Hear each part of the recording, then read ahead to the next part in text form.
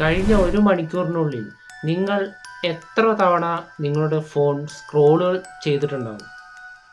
അതായത് റീൽസ് കാണാനും വീഡിയോസ് കാണാനുമായി നിങ്ങൾ എത്ര തവണ സ്ക്രോൾ ചെയ്തിട്ടുണ്ടാകും? ഒരു വീഡിയോ കഴിഞ്ഞ് അടുത്തത്, അതും കഴിഞ്ഞ് അടുത്തത്.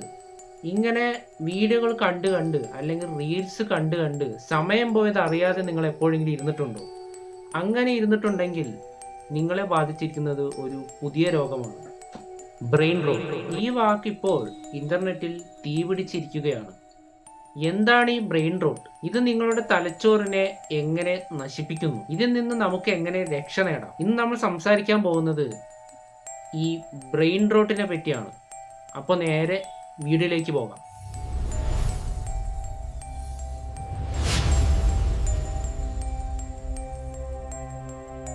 ബ്രെയിൻ റോട്ട് ഒരു മെഡിക്കൽ രോഗമല്ല, ഇതൊരു സ്ലാങ് ടേം ആണ്. നിലവാരമില്ലാത്തതും വെല്ലുവിളികൾ ഇല്ലാത്തതുമായ കണ്ടന്റുകൾ തുടർച്ചയായി കണ്ട് ഒരു വ്യക്തിയുടെ മാനസിക നിലയ്ക്ക് അല്ലെങ്കിൽ ബുദ്ധിശക്തിക്ക് ഉണ്ടാകുന്ന തകർച്ചയാണ് ഈ വാക്ക് സൂചിപ്പിക്കുന്നത്. ലളിതമായി പറഞ്ഞാൽ തലച്ചോറ് അഴുകുന്ന അവസ്ഥ. ഇതിനെ നമുക്ക് രണ്ട് രീതിയിൽ കാണാം.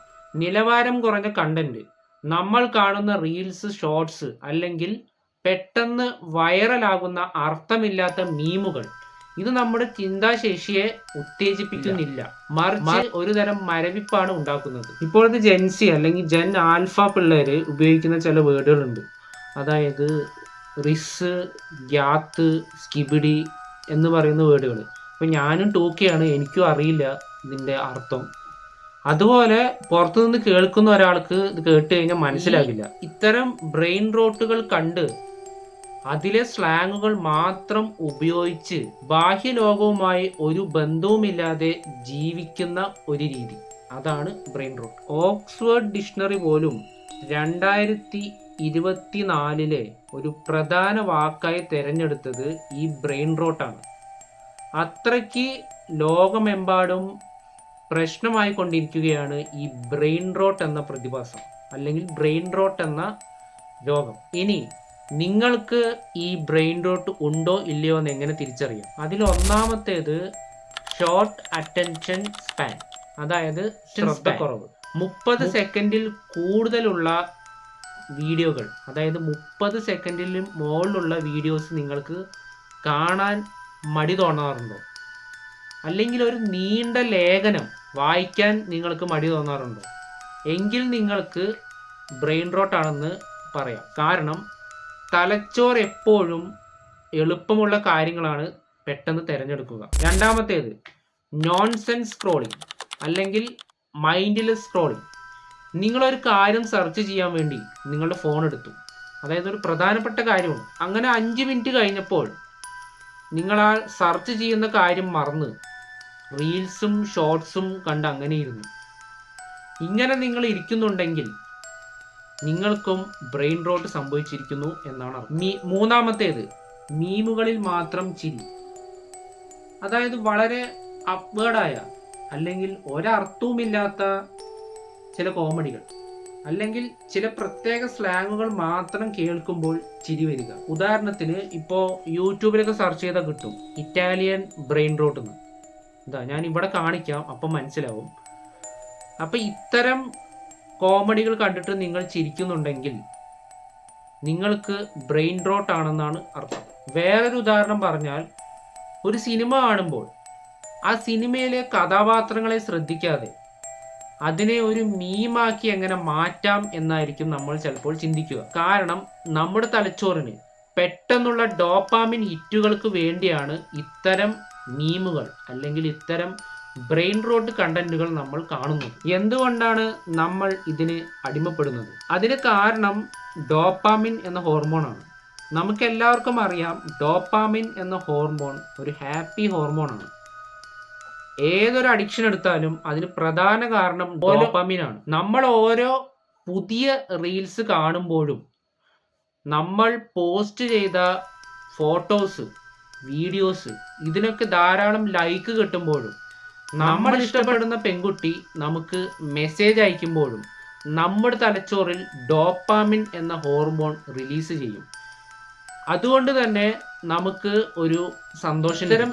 ഇത്തരം ഷോർട്ട് ഫോം കണ്ടന്റുകൾ രൂപകൽപ്പന ചെയ്തിരിക്കുന്നത് നിങ്ങൾക്ക് അടുത്ത ഡോപ്പാമിൻ ഹിറ്റ് ഉണ്ടാകുന്ന രീതിയിലാണ്. അതായത് 1 മണിക്കൂർ ഒരു ബുക്ക് വായിക്കുന്നതിനേക്കാൾ കൂടുതൽ ഡോപ്പാമിൻ 100 ഷോർട്ട് വീഡിയോസ് കാണുമ്പോൾ നിങ്ങൾക്ക് കിട്ടും. പക്ഷെ പ്രശ്നം എന്താണെന്ന് വെച്ച് കഴിഞ്ഞാൽ നമ്മുടെ തലച്ചോറ് ഇത്തരം എളുപ്പമുള്ള സന്തോഷത്തിന് അടിമപ്പെട്ടു പോകും.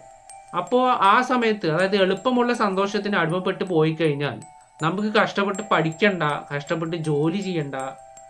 അപ്പോൾ പിന്നീട് എന്ത് സംഭവിക്കും? അതായത് ആഴത്തിൽ ചിന്തിക്കേണ്ട വർക്കുകൾ വരുന്ന സമയത്ത് നമുക്കത് മടുപ്പ് ഫീൽ ചെയ്യും, അല്ലെങ്കിൽ നമ്മളത് ചെയ്യാതെ വെക്കും. കാരണം നമ്മൾ കഷ്ടപ്പെട്ട് ജോലി ചെയ്യുമ്പോൾ, അല്ലെങ്കിൽ കഷ്ടപ്പെട്ട് നമ്മൾ പഠിക്കുമ്പോൾ, അല്ലെങ്കിൽ നമ്മളിപ്പോൾ ഒരു വ്യായാമമൊക്കെ ചെയ്യുന്ന സമയത്ത് അവിടെ ഡോപ്പാമിൻ കുറച്ചേ കിട്ടുള്ളൂ. നമുക്ക് ഡോപ്പാമിൻ കിട്ടും, പക്ഷെ പതുക്കെയാണ് കിട്ടുക. ഇത്തരം ഷോർട്ട് കണ്ടന്റുകളിൽ നമുക്ക് പെട്ടെന്ന് ഡോപ്പാമിൻ കിട്ടും.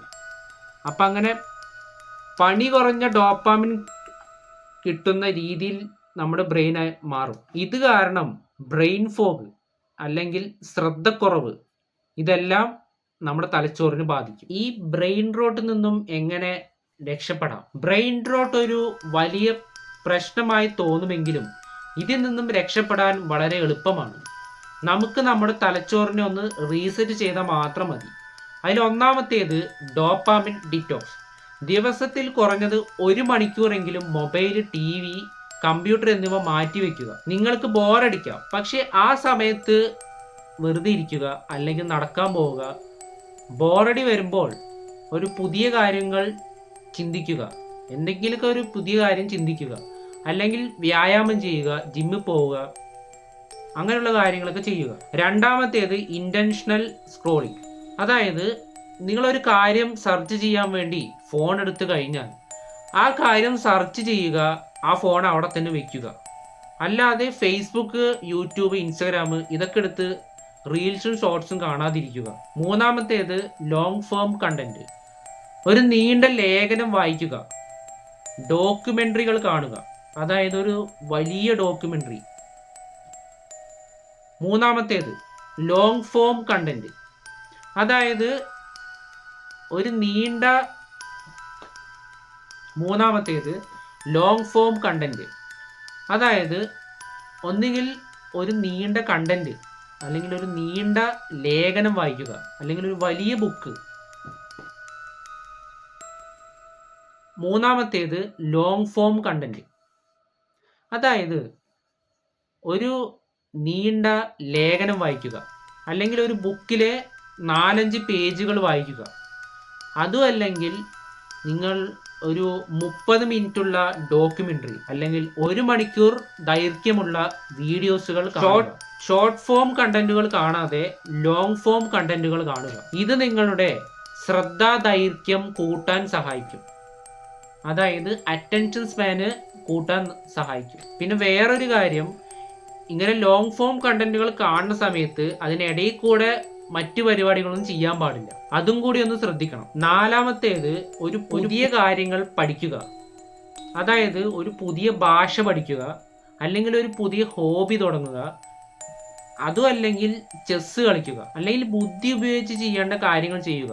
ഞാൻ കഴിഞ്ഞ വീഡിയോയിൽ പറഞ്ഞ പോലെ പസിലുകൾ ചെയ്യുക. ഇതൊക്കെ നിങ്ങളുടെ തലച്ചോറിന് ഒരു നല്ലൊരു വ്യായാമം നൽകും. അഞ്ചാമത്തേത് റിയാലിറ്റിയിലേക്ക് തിരിച്ചു വരിക എന്ന് വെച്ച് കഴിഞ്ഞാൽ നിങ്ങൾ പുറത്ത് ജസ്റ്റ് നടക്കാൻ പോവുക, സുഹൃത്തുക്കളുമായി സംസാരിക്കുക, നേരിട്ട് ഇന്റർനെറ്റ് സ്ലാങ്ങുകൾ മാറ്റി നിർത്തി സാധാരണ ഭാഷയിൽ, നോർമൽ ആയിട്ടുള്ള ഭാഷയിൽ സംസാരിക്കുക. ഇത് ഒറ്റ രാത്രി കൊണ്ട് മാറുന്നു നിങ്ങൾ വിചാരിക്കരുത്, പതിയെ പതിയെ മാറുള്ളൂ.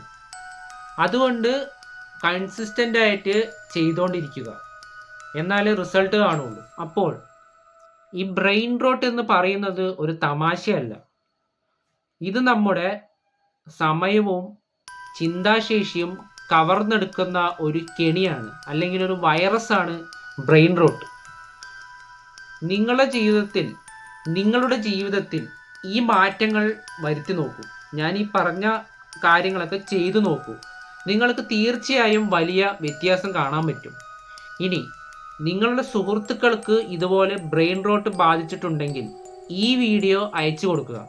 ഇത്രയും പറഞ്ഞുകൊണ്ട് എൻ്റെ വീഡിയോ പൂർണ്ണമാവുന്നു. നന്ദി, നമസ്കാരം.